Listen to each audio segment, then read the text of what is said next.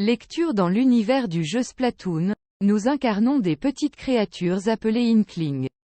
Tu aimes le jeu Splatoon dans lequel des personnages mignons se tirent de la peinture en plein visage? Alors en voici un peu plus sur ces fameux êtres appelés Inklings.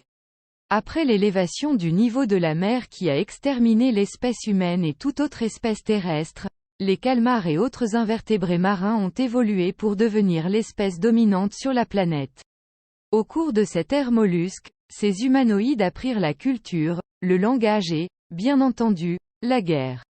Ces êtres dépourvus d'os ont la capacité de se métamorphoser en calmar à partir de l'âge de 14 ans et, ainsi, nager dans l'encre et même passer entre les mailles de certaines clôtures.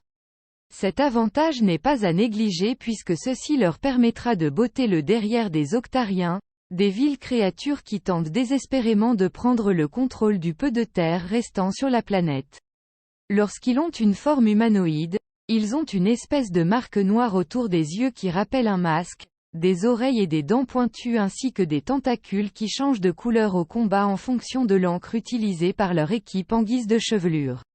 Leur dialecte ressemble beaucoup à des bruits de gargarisme aigu.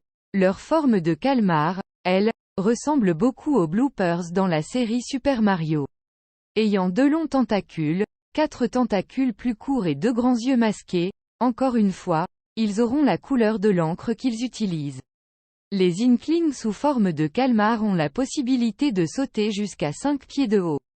C'est environ 1,50 m.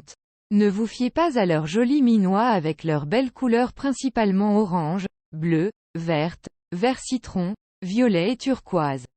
Les Inklings sont des êtres agressifs qui ne pensent qu'à combattre et, bien qu'ils aient l'aspect aquatique, ils ne savent pas nager dans l'eau et leur morphologie fait qu'ils se dissolvent au contact de celle-ci.